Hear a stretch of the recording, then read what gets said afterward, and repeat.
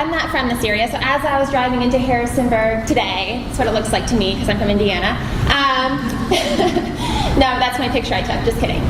So this is just a quote, and I think this is a good way to think about applying to grad school. So it's not the mountain we conquer, but ourselves. So I think people think about grad school applications or the application process as just a checklist of little to-dos, like recommendations, check, application check, test scores check. But instead, I really think it's a time to sit back, evaluate where you are, who you are, what your motives are, why you want to go to school.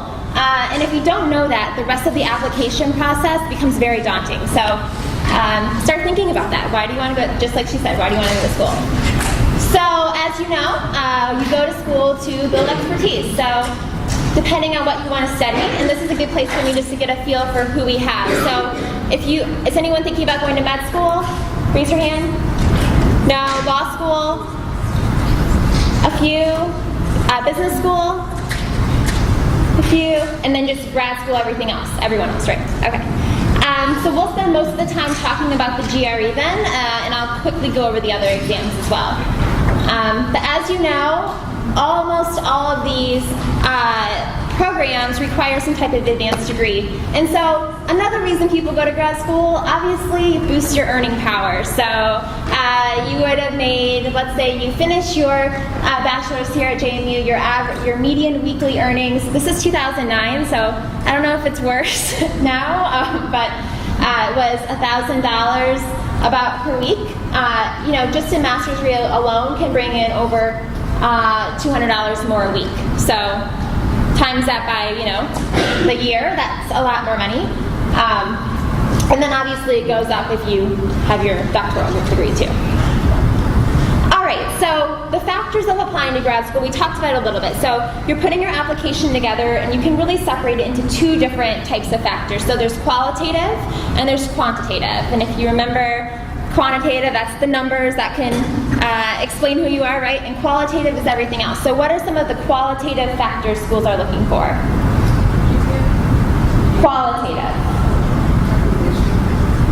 Yes, recommendations, recommendations. What else? Volunteer. Yeah, experience.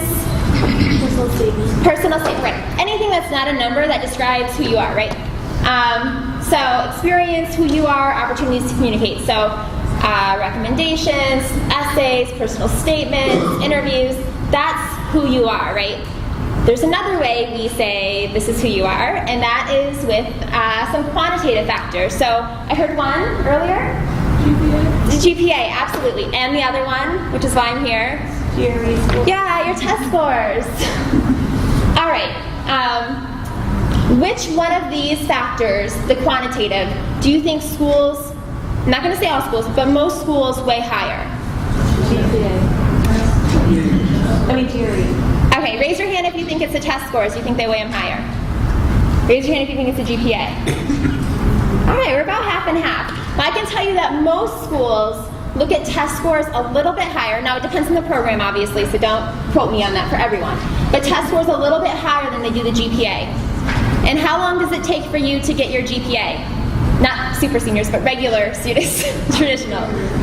About 4 years, right? And how long does it take for you to take a test? 3 hours. About 4 hours, between 4 and 5 hours, depending on the test. Yeah? I have a question for the qualitative measures. What about like class rank and things like that? Is that taken into account? Is that not really looked at?